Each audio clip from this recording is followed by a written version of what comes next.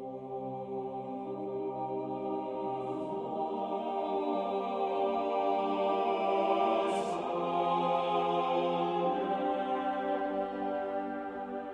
sœur Pagani reçoit 2 leçons du Padre Pio. Chers amis fidèles du Padre Pio, bonjour, mon nom est Jean Goyard et vous assistez au programme Sur les pas du Padre Pio.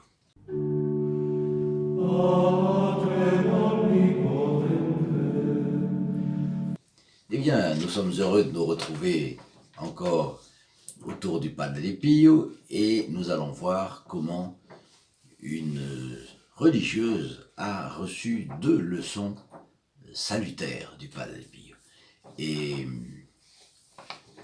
voilà, c'est je vous disais que quand on fréquente un saint, ce n'est pas toujours facile. On dit ah si je connaissais un saint, ah ce serait formidable, parce qu'on a une idée un peu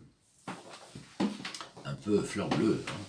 En réalité, connaître un saint, c'est s'exposer à des remontrances. C'est aussi risquer de prendre des leçons. Et voilà. Alors, je vais vous donner quelques petites annonces, comme d'habitude. D'abord, dans la description de cette vidéo, vous trouvez un rectangle s'abonner. En cliquant dessus, vous entrez instantanément dans les intentions de la messe célébrée le vendredi qui suit votre clic, puisque c'est un accord avec le prêtre célébrant. Et c'est en même temps notre cadeau de bienvenue pour vous qui vous abonnez pour la première fois. Et puis quand vous cliquez sur s'abonner, vous voyez apparaître une clochette, actionnez-la d'un clic et vous serez tenu au courant de nos actualisations. Et puis enfin, partagez cette vidéo, pensez un petit peu à vos amis, vos relations, qui pourraient être intéressés par ces thèmes. Je crois qu'il y a beaucoup plus de personnes intéressées aujourd'hui qu'il y a 10 ans par exemple. Je suis certain de cela. Je rencontre beaucoup de monde et je me rends compte que énormément de gens sont intéressés par la figure du Padre Pio, qui leur est un petit peu mystérieuse. Elles ont entendu parler, elles aimeraient approfondir. Et puis, en allant dans la description de cette vidéo un petit peu plus bas, vous verrez un lien vers un site, saint-padre-pio.fr, saintpadrepio.fr. C'est notre site, vous y trouverez toutes les vidéos et vous aurez aussi l'accès à la page qui vous permet de commander cette photographie du Padre Pio. Enfin, vous pourrez aussi voir le groupe des fidèles protégés du Padre Pio. Ces fidèles sont des personnes qui s'impliquent dans la diffusion de l'apostolat du Padre Pio et je me permets de vous y renvoyer. Donc 2 leçons salutaires pour la sœur Pura Pagani. Elle a reçu une réprimande assez forte, vous allez voir comment, et pour appeler son attention sur une plus grande observance des règles qu'une religieuse doit respecter. Et vous allez voir. C'est elle-même qui raconte. Elle le raconte et c'est tiré d'un livre, Le Padre San Pio de Pietrelcina. C'est Marcelino Iazenzaniero qui a écrit, qui est l'auteur de ce livre. Donc la sœur raconte, un jour, quand j'étais à Tarquinia, c'est un petit village près de San Giovanni Rotondo, et donc près de Foggia aussi, et j'avais un malaise. Et j'avais un malaise de l'âme en réalité. Et j'ai décidé d'aller visiter le Padre Pio et parler avec lui. Après avoir rassemblé un petit peu d'argent, je pense que c'est de quoi payer le bus pour là, et avec une autre sœur, je suis parti. Arrivé à San Giovanni Rotondo, j'ai demandé au père Raffaele de Sant'Elia, que je connaissais bien, qu'il me facilite la rencontre avec le Padre Pio. Et le bon capucin, père capucin, a fait que je puisse m'approcher du confessionnal. Et au moment où le saint avait terminé d'écouter les confessions des uns et des autres, eh bien, il m'a poussé en direction du père. Mais lui, aussitôt qu'il m'a vu, m'a crié « Va-t'en, va-t'en !»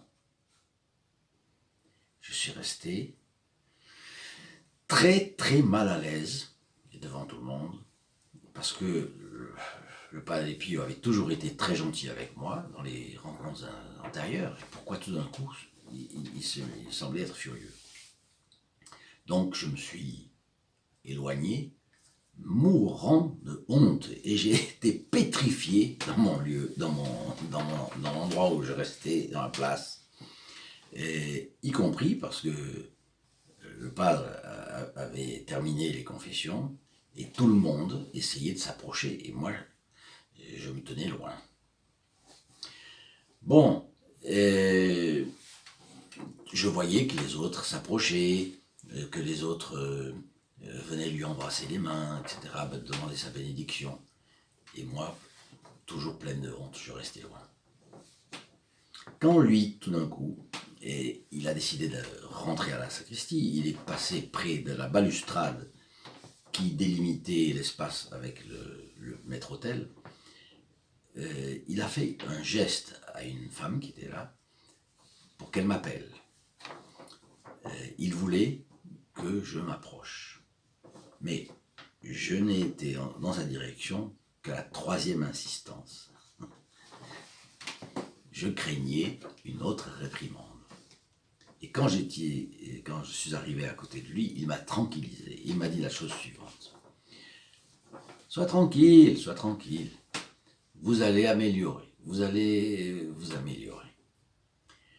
Après, comme pour expliquer le motif de sa sévérité avec moi, il a ajouté « Mais la prochaine fois, venez avec la permission de vos supérieurs. » Le Padre Pio avait lu dans ma conscience. Et de fait, avant de partir, je n'avais pas avisé la mère provinciale de mon départ, de peur qu'elle me dise non, de ne pas partir. Une autre fois,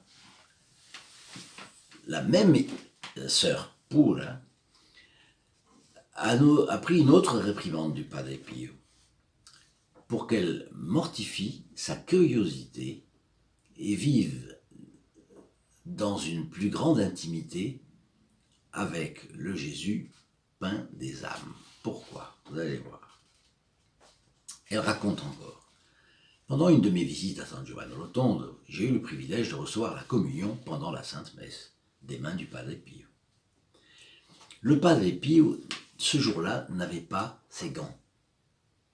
Et donc, elle reçoit la communion, mais en même temps, elle fait attention aux mains du prêtre et non pas à la communion qu'elle était en train de recevoir. Et alors, j'ai entendu le Padre Pio me dire « Pense à ce que tu fais. » Deux leçons de la religieuse. Et ce sont des choses auxquelles nous ne pensons pas, justement. C'est que, parfois, nous prions, et on pense à autre chose. Nous sommes à la messe, on pense aux gens, on regarde les gens. À la messe, on doit faire attention à ce qui se passe à la messe. Raison pour laquelle l'Église, comme norme, a toujours demandé qu'on voit l'autel. Évidemment, quand il y a beaucoup trop de monde, on met des écrans, etc. Bon, ça va. Mais normalement, on doit voir ce qui se passe à l'autel et suivre la messe. On suit la messe. On ne participe pas, c'est pas ça le problème. On peut entendre la messe, on peut assister à la messe, mais il faut la suivre. Voilà. On peut la suivre de trois manières, vous le savez bien. L'important, c'est d'être en union avec l'Église. Alors on peut suivre les paroles de la messe, on peut suivre dans priant son missel, on peut suivre en priant son chapelet. Mais le critère donné par l'Église, c'est d'être en union avec la messe qui est célébrée ici par le prêtre. C'est ça le principe. Bon, mais alors, par exemple, maintenant, nous sommes en train de parler du Padre Pio. Eh bien, de ce qu'il a dit, nous pouvons retirer la chose suivante. Pensons à ce que nous faisons. Pensons non pas à nous-mêmes, mais pensons à ce pourquoi nous sommes ici-bas. Vous vous rappelez cette phrase de l'Évangile, « Celui qui veut sauver son âme la perdra ». C'est ambigu parce que, et bien sûr, notre salut est la première de nos préoccupations. On ne peut pas faire quelque chose qui mette en péril notre salut.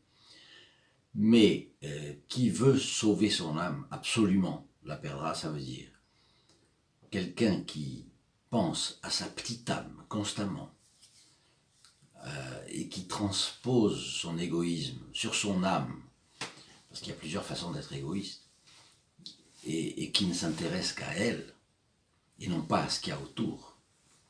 Alors, elle va aller à la messe, elle va prier, hein, mais toujours pour elle.